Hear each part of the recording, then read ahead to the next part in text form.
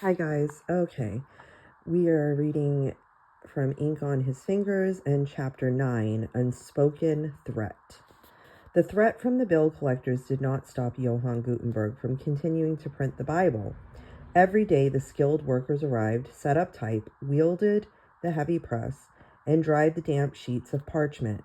Hans and Ulrich kept the floors clean and the fire going. Every day Lorenz admitted Herr Faust, the banker, into the printing shop. Herr Faust, big and bustling, probed, questioned, and complained about the expenses. Why does he have to stick his nose in everything? The workmen grumbled to each other. Master wanted the art to be kept secret. Lorenz hushed them. Master needs another loan. Herr Faust fussed and fumed, but made the loan to Gutenberg. 800 florins, same as last time. The word went around the shop. Herr Faust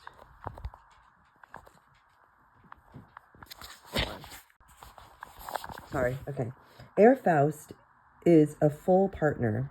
Master had to sign away the whole shop as security. This news stunned the workmen. He wouldn't sign it away unless he knew we'd finish the Bible soon, someone volunteered. And then we'll make all the money. I heard of a man who made 1,000 gulden 1 year just from the sale of his manuscripts. Think of the money our Bible will bring in. Gutenberg, always in a careful hurry, and said little, but his eyes gleamed when the printed sheets were lifted one by one in a steady procession from the press, ready to be dried and folded. Months passed. At home, Marguerite had taught Elsie how to read. At the monastery, Rusty, the peasant boy, had proved to be a quick learner. He, too, had ink-stained fingers from learning to write, but he grinned in good humor when Hans and Ulrich teased him. In 1454, Herr Faust brought back Peter Schoeffer. Here is your new foreman, he told Gutenberg. He has studied in Paris, and he is skilled.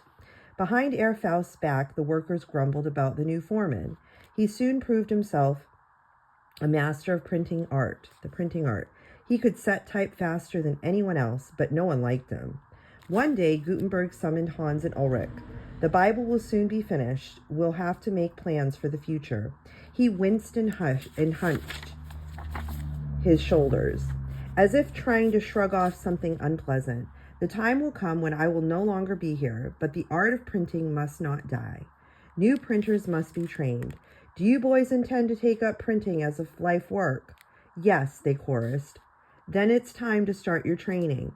He led them over to where Peter Schoeffer sat at the compositor's desk, a slanted board raised on the crisscross slits. Peter, I want you to train these boys one at a time in setting up types. Peter looked annoyed. There is no time for that, he snapped. But Gutenberg insisted with a strange urgency. When Hans' turn came, he stood by the slanted case with a feeling of excitement and dread. Peter Schoeffer's gruffiness had already become the talk of the printing shop. His long beard, sullen mouth, and drooping eyelids seemed to shut out sounds, smells, and even people. Hans did not dare speak. At last, Peter growled in acknowledgement of Hans's presence. What do you want? Hans stammered something. Speak into my left ear, boy. Don't mumble. I think Herr Gutenberg wants you to teach me. You think? Don't you know? Peter's surly question aroused Hans's indignation. Sir, the master wants me to learn set type. Peter grunted. All right. Watch me and tell me what you see. Hans stared at the case. He noticed first that there were pockets of every size crammed with metal-tipped sticks. Peter's hands flashed back and forth from pocket to pocket. He slid the metal letters into a grooved board he held in his left hand. Well, Peter asked, what do you see in the case? Different shaped pockets all crammed full of letters. Are the letters in alphabetical order? Hans studied the pockets. No, here's E in the biggest pocket. Why is that? Peter asked.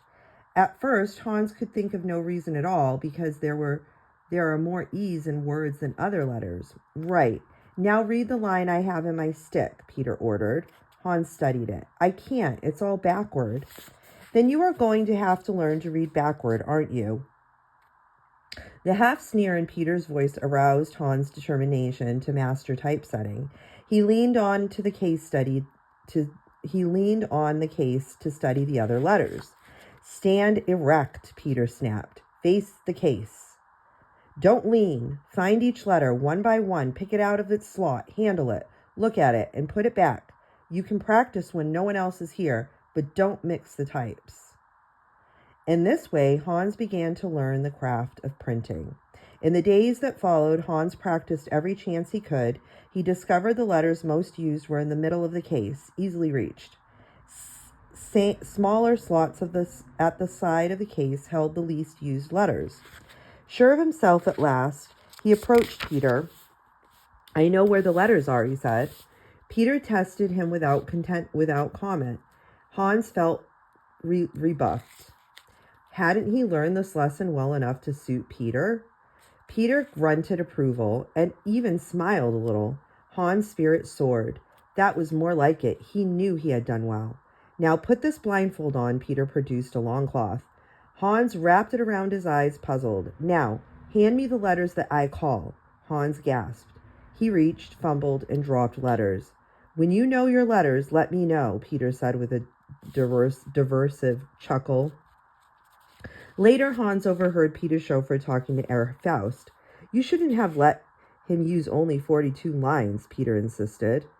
How could I prevent it? Herr Faust asked. Couldn't you see that he could have squeezed? Herr Faust looked puzzled. Peter sounded impatient. Squeezed more lines onto a page? He could have easily have put 48 lines instead of 42. How? Herr Faust asked. By filing off the upper and lower sides of the metal and leaving less white space between each line. When we set up our printing shop, that's what we'll do. Hans gasped. He had heard right. Would Herr Faust and Peter Chauffeur set up their own shop? Was that why Herr Faust had been so inquisitive? He ran to tell Lorenz in the front shop. Lorenz sat on a bench, hands tucked into his sleeves, looking glumly at the floor. Do you know about Peter and Herr Faust? Hans blurted. You mean about the rival printing shop they are going to set up? Lorenz did not even look up. Doesn't the master know? Lorenz shook his head. Aren't you going to tell him? Again, Lorenz shook his head. It would do no good.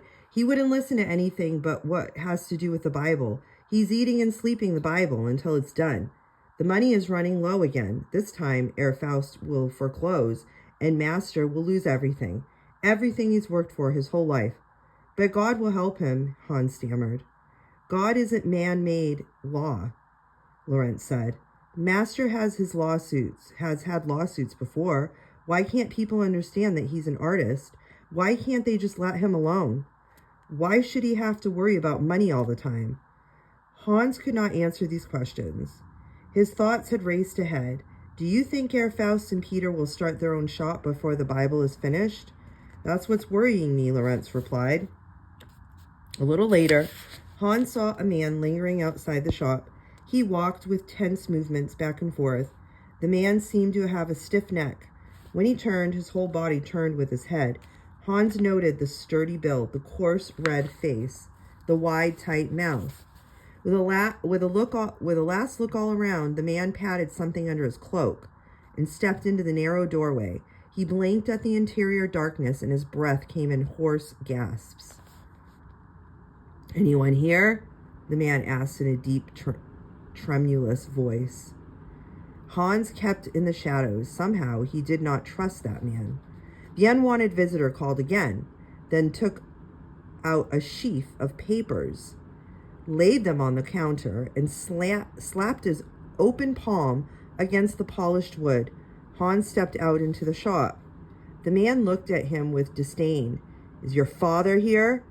No, Hans stared at the papers. They had a legal look. Find him, then. I have an important business with him. It isn't my father. The man drummed the counter with impatient fingers. The person I want to see is Johann Gutenberg. Lorenz came out of the inner workshop, saw the man, and whirled to go. But the man caught him. Not so fast. Where's Herr Gutenberg? How do I know? Lorenz answered in a spirited voice. He has other business than tending shop here. He's a partition. Partition or not. He can't get into the debt just like common people. He can get into debt just like common people, the visitor snapped. Herr Gutenberg comes from an old and distinguished family that has lived in Mainz for centuries. His father was one of the 4 master accountants here in Mainz, and his uncle was a master of the Episcopal Mint, Herr Gutenberg himself. The man broke in. I don't care about all that. I want to see your master, not talk about him. Herr Gutenberg is an honest man, Lorenz said. Then let him own up to his debts and pay them. Where is he? He is at work on something very important, not just for himself, but all of Germany, maybe the whole world. Then why doesn't he finish it and make money to pay off his debts that are 12 years old? The man asked. Lorenz paled. 12-year-old debts? But he returned to Mainz only in 1448, 6 years ago. Before that, did he not live in Strasbourg? Lorenz sank back on the bench, visibly shaken. A sound made Hans turn. Gutenberg came into the front shop, head down, hands behind his back, lost. Hans could see, in the realm of his imagination, where inspiration dwells. Herr Gutenberg, the visitor asked. Yes, what is it? Gutenberg's tired, forced smile pained Hans's heart. I have come for the interest you owe. Gutenberg put a hand to his forehead. Interest? Yes, yes. I have copies of documents here from Strasbourg. Now, Herr Gutenberg, isn't it true that in 1442 you and Martin Brecher appeared before an ecclesiastical judge in Strasbourg and drew up an agreement to obtain a loan of £80 from St. Thomas Chapter? Yes, it is true. And is it not true that you agreed to pay 5% interest, using as security as an annuity of 10 florins a year settled on you by your late grand uncle Johann Lehemeyer, and payable by the city of Mainz? Yes, yes, Lorenz, pay him the interest. Gutenberg handed his money pouch to Lorenz, who reluctantly paid the man. And now, please excuse me, Gutenberg said. The man did not go. There's another matter, too. Did you not obtain a loan of 150 gulden in 1448 from a relative of yours, one Arnold Gelthus? Gutenberg groaned. Yes, it is on the city records. But surely he understands what a gigantic task I have undertaken. He will get his money back, with God's help. Everyone will, he sighed. Please go. I must go on with my work. The man hesitated, fingered the money Gutenberg had given him, and left. On the way home in the late afternoon, Hans and Ulrich talked over the day's events. Near old man Muller's house, Hans saw Herr Muller himself pacing in front. I was looking for you boys, he called to them. Come inside to the workshop. I have something important to tell you. Hans and Ulrich exchanged glances. The old man had become more of a recluse than any ever since Herr Faust had taken away all of his equipment. To their surprise, the old man's workshop looked almost the same as before. Don't tell anyone, the old man whispered. I'm experimenting thanks to Herr Gutenberg. He shared his tools with me. He knows what kind of man Herr Faust is. Though he's never said anything, but he knows. The old man lowered his voice. That's what I want to talk to you about. Herr Faust is setting up his own printing shop. Go tell Herr Gutenberg at once. We heard this rumor too, Hans said, but nothing has come of it. He is setting it up right now, the old man insisted. Tomorrow is a holy day. You keep watch and see if I'm not right. Workmen are going to move one of the heavy presses to Herr Faust's house. Somehow the old man's words rang true. The next day, Hans, Ulrich, Marguerite, and Elsie took turns watching. Elsie made the discovery. Here they come, she shouted. The others hurried to the 3rd floor lookout window. Several men in the workmen's clothes of short, full trousers, full-sleeve shirts, and sleeveless jerkins pushed a 2-wheel cart loaded with heavy beams. At each step, the men grunted and strained. Their shoulder-length hair flipped about their faces. The men stopped to rest. "I say, Herr Faust should move his own wine press," a worker complained. "This press distills a secret wine," another retorted. The men roared with laughter. Another man caught up with the workmen and called out, "Hurry up! There is no time to waste. Herr Faust is waiting." Hans recognized Peter Schoeffer. The realization hit him and Ulrich at the same time. Peter Schoeffer, the foreman of Gutenberg's press, had just revealed himself as a traitor. Okay, guys, that was the chapter 9. And just put the narration in your notebook, and I will see you guys Tuesday. Blessings.